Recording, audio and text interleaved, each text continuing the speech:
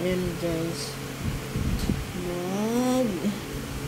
tanggal ako ng buto at ulo ng dilis para sa sunod na magluto ako ng siloma. Mabilis lang, naka-ready na, prito lang yan. Hirap yan tagal magbalat. Ayan, balat ko.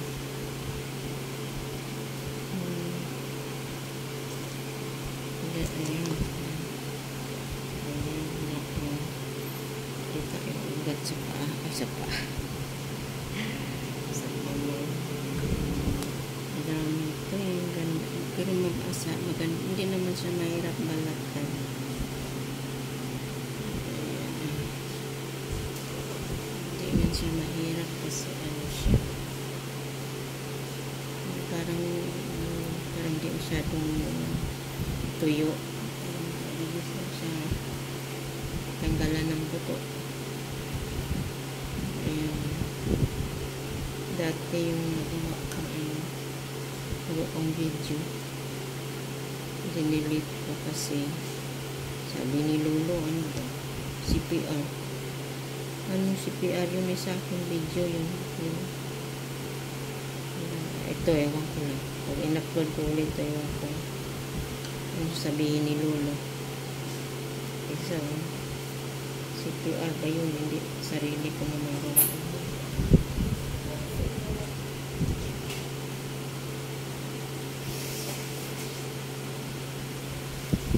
Kasi ito yung nangyarihan. Hindi pa.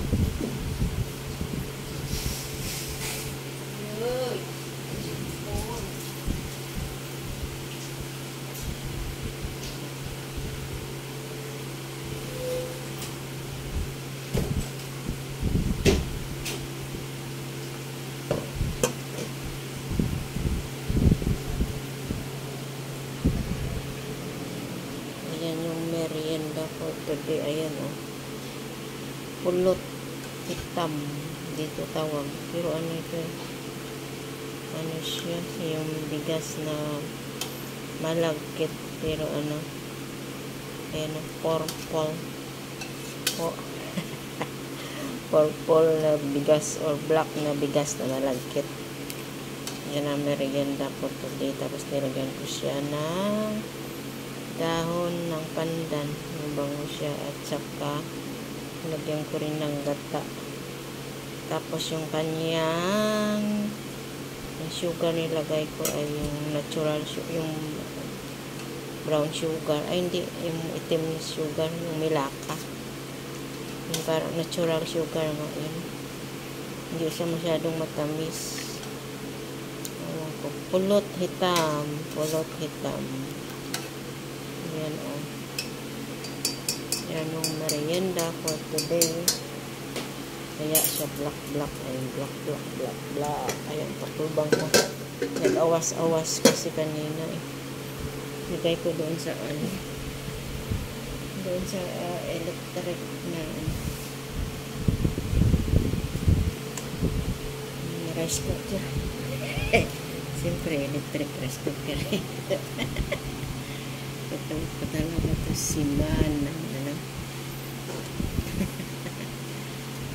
Ano ko nagsasabi? Ay, naantok na ko. Ito muna ako mamaya. Mabilis lang naman. Kasi pag hindi mo tanggalan yung ulo at saka yung ayan, yung itim sa loob, ayan, ganyan, bait yan. Ayaw naman yung kainin, sayang lang din. Mabuti kung sa atin, walang pili-pili, wala nang tanggal-tanggal ng ulo at saka buto, prito lang kagad. Ano na, manamit na, crispy. Dito na lang. Kaya yung kasama ko dati dito na Pilipina rin, doon sa bahay no boss kong lalaki, doon siya nakatira. Kaya parati kami nagkikita doon kasi nung maliit pa yung alaga ko, araw-araw iniiwan kami doon sa bahay ng lola. Ito siya. Nagkita-kita kami doon, tatlo na Pilipina na kaka. Yung isa doon sa panganay niyang amo kong lalaki, taga Cebu. Shout out kay Christy, sana panood mo to. At saka kay Raquel. Si Raquel ay taga Nueva Ecija, pero ngayon nasa Dubai yata siya. Tapos si Christy nasa Hong Kong. Shout out sa inyong dalawa. Na-miss ko na kayo, ang mga banding-banding natin dito sa Malaysia. Tapos mayroon pa ako dalawa pa naging kasama ko na, kasi yung yung kapatid ng amo kong lalaki, nakatatlong palit siya ng kaka. Yung sumunod kay Christy, si Jane. Si Jane ay taga Bicol. Tapos sumunod naman kay Jean, si Juby. Si Jubilin. Taga Mindanao naman yun. Sabi niya taga siya, Bukidnon.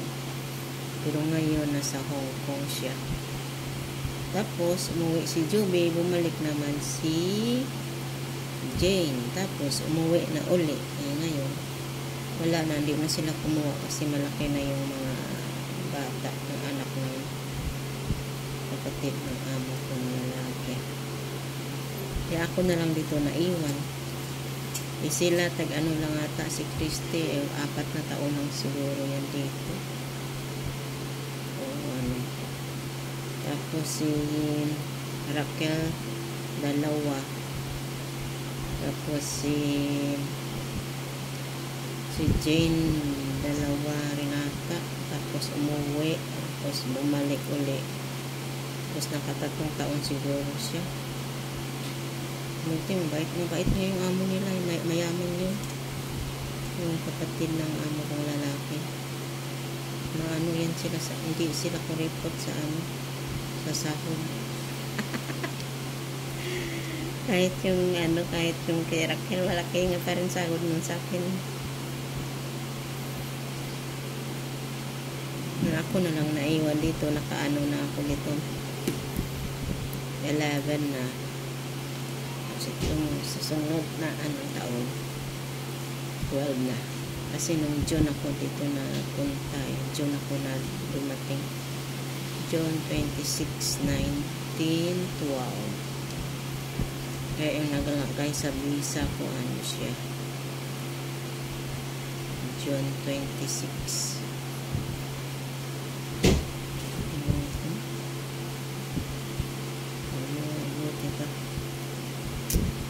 Kasi tiyaga-tiyaga lang ako. Kaya kung umuwi, kasi wala naman umuwi sa probinsya.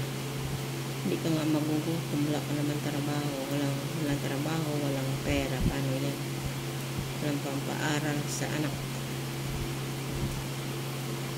Tiyaga-tiyaga lang habang kaya. Malapit naman na ako mag-senior. 6 na taon na lang senior na. Pwede na umuwi. Kasi tuloy-tuloy ko man binabayaran yung ko SS. Yun na lang ang pag-asa ko. Pag umuwi, senior na di. Kahit maliit lang may makuha ko sa SS. Kasi nakaano na ako 183 months. 10 years is 120. Tapos nagpas na yun. Basta tinuloy-tuloy ko lang. Pinapabayad ko sa kapatid ko dyan sa Manila. Kaya ganun, tulong-tulungan lang ang magkapatid, magkamag-anak. Pero pag utang-utang walang ganyanan, kahit kapatid, kamag-anak, basta utang-utang. Basta utang, dapat bayaran. Ay, nakadatok na ako. Libang-libang na. Libang-libang. Ano na lang, sana may makapansin ng mga video ko, saka mami naman yung viewers, para naman kahit paano may kita. Pag walang viewers, walang nanood, hindi walang kita, zero balance. Pero sige lang, malay natin sa isang araw mag-viral ang isang video. Okay na yun. Kaya dapat pag nag-YT ka, huwag ka huminto sa trabaho mo kasi hindi mo ito maasahan. Buti lang yung mga sikat, milyon yung nila followers, saka ismakin mo isang minuto nila 1,000 na kaagad yung views. Kami na maliliit, bawat video tig 10. Pag hindi ka pa napunta sa mga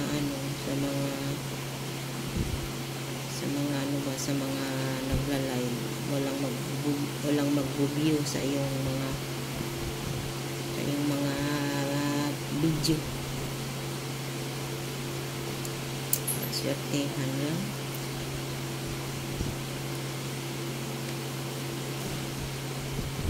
Kaya lang ito,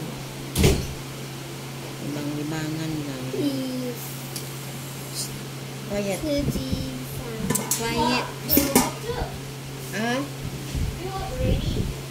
What water? I don't know what's that. Yes. Kwento ako dito istorbo kas bata.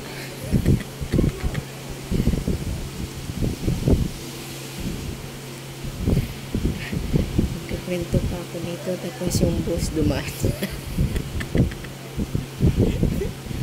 Sorry. Hindi may ginagawa.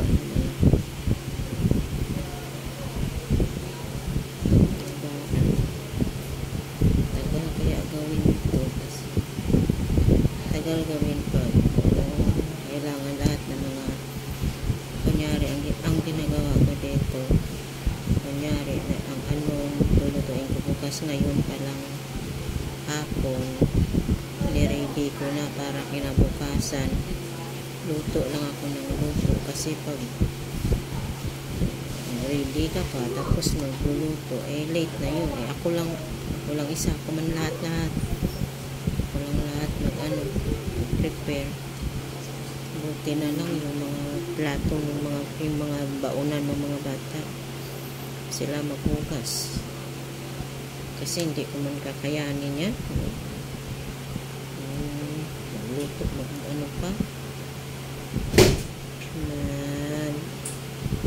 maghugas, non-stop nga yung non-stop yung paghahanda kasi tapos na tanghalian, ready na naman para sa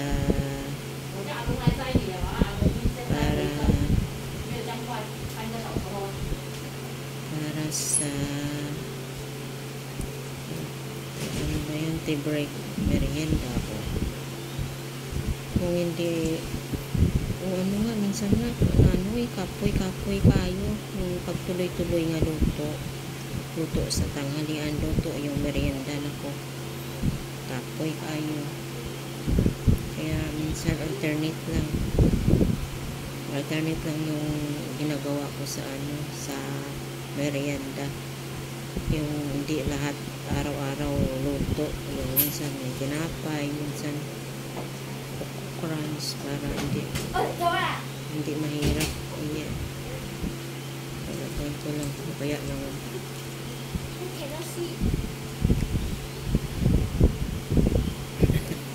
nandito na naman ang bata pumunta ng CR, sisilip pa talaga dito sa video. Sige, salamat ay sa inyong lahat. Nagmamarites si Manang para malibang. Kasi habang nagkikwento ka dito, na ginagawa ka, mabilis lang yan, di mo namalayan. Dami mo nang nagawa, pero pagka yung yung hindi ka nagkakwento, ay naku, parang natatagalan ka. Bakit kaya sa likod yan? Yung kulot hitam eh. Yung ibang bata dyan, ayaw kumain yan. Wala na sila. Basta nagluto na ako. Kasi ginaya ko lang naman yan sa sa lula ng alaga bata. Nagluluto yung lula niya ng ganyan, nilagyan niya ng gata. Tapos ayaw nila kumain, inuwi sa bahay, binigay sa akin. Sabi ko, gusto ko to kasi ito may gata at saka siya, yung malagkit yan na na bigas, yung purple ba yan, or black rice, black glutinous rice. Sarap pa yan. Kasi kala sa mga bata siya red beans, talaga nila yan, pinaka-hate nila yung red beans, ayaw talaga nila yung kumain. Sabi ko, ano ba kayo, ginaya ko lang naman ito sa Chinese niluto na ganyan yung red beans.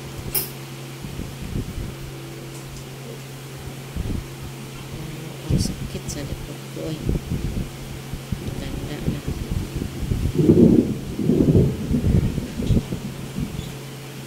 Ito cannot open. Ayan da.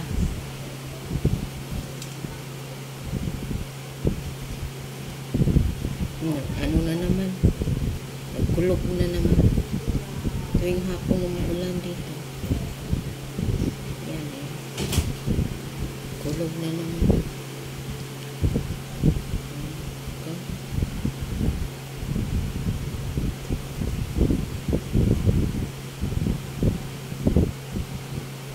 So Lucas,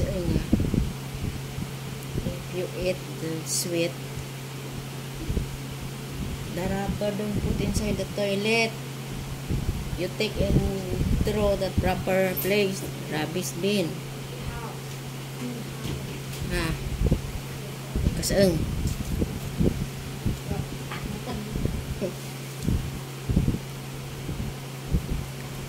Nothing. I'm record. Silip-silip mga bata. Silip sa video, hindi man sila makita kasi nakatalikod man yung camera na sa dingding sa bintana pala nakatuon. Bawal man yun sa Bisaka, sabi na pag masyadong expose yung mukha ng mga mga student. Sabi ko, hindi pwede expose. Hindi, bawal man yan. Mapalo pa ako yan. Ayan, salamat sa lahat. Bye. Thank you. Ayan na, ayan na yung naipon ko, yung walang balat. Ay, walang balat, yung walang buto. Tapos ito pa. Dandahanin ko. Ito pa, isang beses natin nalutuan. Ang fried pagka nagluto ko ng nasi lima. Salamat mga kalala. Sana manood kayo. Sana may makapansin at manood. Thank you so much sa inyong